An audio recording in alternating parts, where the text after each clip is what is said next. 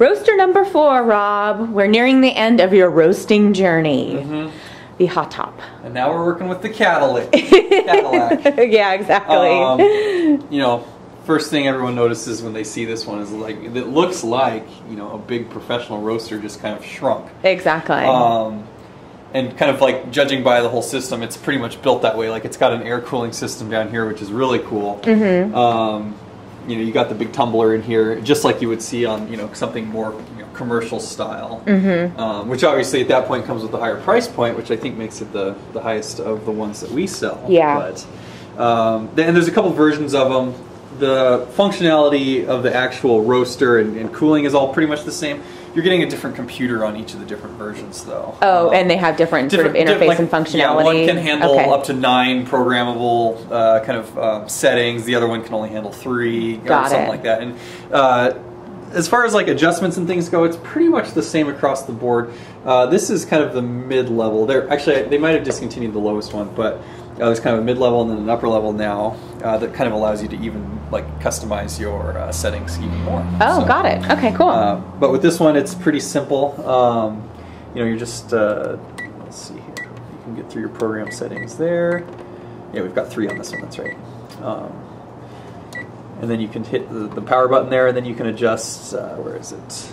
You can adjust the time like this with these arrows, and then if you want to get down to the temperature, you just hit the you know, little loopy symbol there, and then you can adjust the temperature. It comes pretty default at 18 minutes with a 420 roasting temperature. Okay. One thing I really like about this guy though is that it actually has a preheating time built into it. So we're going to actually hit the start button and it's going to say preheating. You don't add the beans until it's ready. So what's kind of nice about that versus the other ones is you're not throwing beans into the machine while it's cool, and it kind of has that ramp up time. Versus this one, which is it's more like an oven where you just let it heat up. And then you throw the pizza pie in, and then you're good. So. Your pizza pie. Yeah. Okay, well, I guess let's get her going, huh? So it recommends 9 ounces of green beans right off the top. They were in the manual kind of explaining, you know, you can go more or less, but they were saying pretty much the default's going to be around 9 ounces. Okay. So, we'll go ahead and start the preheat here. Have you played around with this at all, other than just kind of going through interfaces? This is your first roast, This is going to be the first roast with this. Yeah. Okay. So I wanted to see, you know, what the default setting comes like and what it turns out, and you know, we'll see. And then, you know, for the actual taste, I might fiddle around a little bit and see if I can get something. But who knows? Maybe the first one will come out just perfectly. We're preheated. We're preheated. We're getting the beep, so we're going to go ahead and normally this comes with a funnel, but I can't find mine. Okay. So.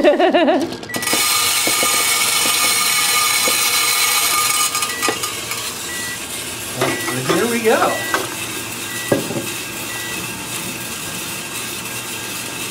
That's cool. Yeah, kind of fun to watch. It's got full circular heating too, which should make it relatively consistent. Yeah. Now, Kat, you were just pointing out a minute ago. Maybe even better than the Comic Sans on the Nesco. Let me close in on this so people can really see the tagline of this roaster. The Hottop. What does it do? Making your life so easy. So easy. So easy. That's ridiculous. But whatever, hey, you know? Who's to say that my life will not immediately be easier after this is done? So you know, I hold no judgment here yet.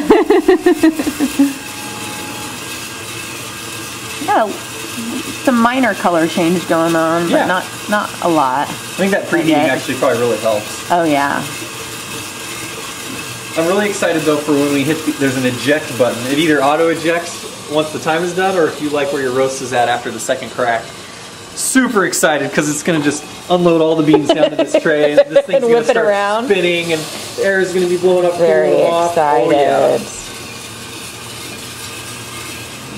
It's about 6 minutes into the roast. I see some browning. Some brown, a little bit of smoke coming out. Which is normal, we're being told. So if the next video is us running out of the building with everything on fire, please call the fire department. We got some good color going on, Rob. What's our time? How long have we been roasting? We've got we got 9 minutes left, and 9 minutes have passed. Okay. We're about the halfway mark. I actually wouldn't doubt. We got a lot of smoke coming out the top. Yeah. Yeah. Which we're told this is like who cares about any catalytic converter? Let's just that crap. yeah. Let's just Let's just hot box Old school. You know, after we do these videos, I do always feel a little bit lightheaded. That coffee high. Yeah. Getting good color now, though. I'm kind of doubting we'll even make it to the full 18. Like that's pretty brown. You're gonna kick it out sooner, you think? Well, I'm mostly just excited to hit the eject button. I know. But don't get too excited. Yeah, don't do that just for the sake of it. Let's try and get to a good color first, Rob. Must resist. Okay, so we just momentarily ago heard a very dainty first crack. Yep. This is a good sign. This machine's nice and quiet, so it's easy to kind of hear it. Definitely getting some good color there. Got about 6 minutes left here. Do you think you're going to take it to the 6, or? We'll see. We'll listen for that second crack and then go from there. Okay. Still looking. Oh, big one. I think we're getting into the second crack. Yeah. We're probably. I mean, we're still got 5 minutes on the time. We probably will end up quite a bit lower on that then, because. Yeah. Still looks a little white. Yeah.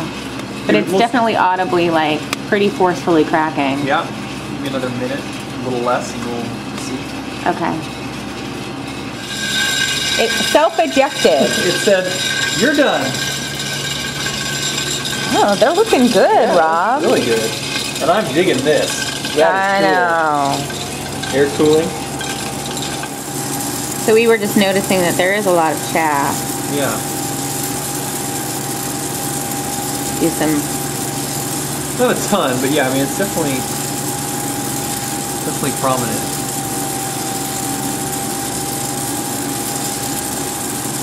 So we still have a couple minutes of it cooling, but we just wanted to show on the right is Belton's bonsai that he roasted, and then here's Rob's version. Hottop. So we're just going to do our normal story, give it Yep. a few days to rest, and then we'll do a side by side. Yep. Sounds cool. Good. All right, there it is. Land shark. So I took a big whiff out of my bag. Yes. Kind of. Well, here. Let me actually just give you an example. I go like this. It smells good.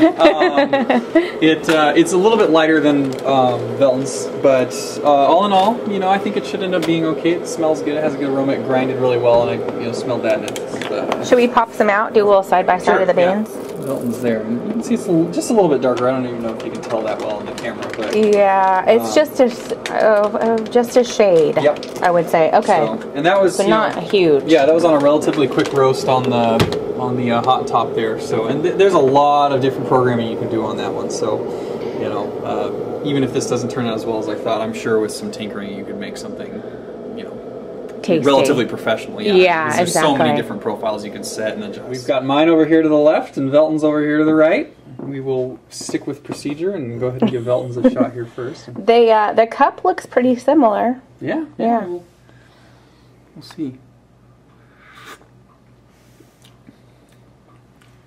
Velton's! Let me guess! Shocking!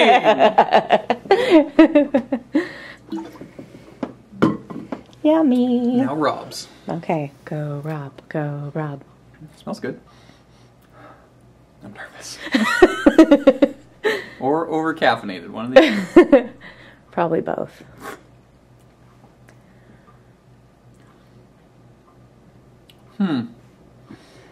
Not bad. Okay. Not bad. I think it was a little light for my taste. Okay. Let me see. How do you feel like it compares to the Baymore that you did last week?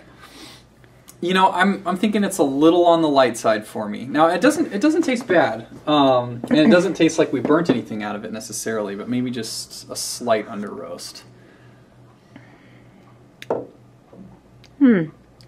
Yeah.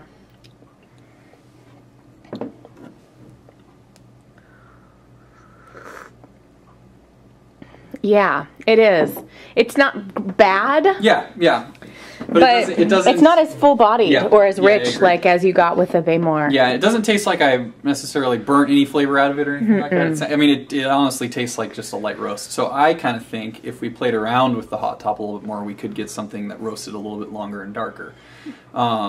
with that in mind, you know, there's so many different options on that machine Yeah. you can play around with that I'm sure you can, you know, essentially make whatever roast you like. So our first foray out, pretty close, but no cigar. Yeah, no cigar, not there, not quite like the Beamer. The Beamer was just, you know, set it and forget it, and then, you know, 20 minutes later you had a roast that, I mean, we at least thought tasted pretty close to Velton's. Well, once we kind of messed around with a little bit too. So maybe if we took this guy out for another stroll, we'd, you know. Yeah, but right out of the box, that tastes pretty good. I mean, it's not, I mean, I wouldn't, you know, sing its praises off the highest mountaintop, but you know, it's pretty good. Cool. I'd take it, yeah. So. All right. Well, so that is it. That is the Hottop. Those are the four. I think I'm going to give you a 1.5 out of 4. Okay. I don't think you totally failed this time. Yeah, no. This is a half. So this is a half successful. The first 2 no goes. The Baymore, you know, hey, nice work, and then this one, it's okay. It's okay. Cool. All right. Thank you, Rob. Yeah.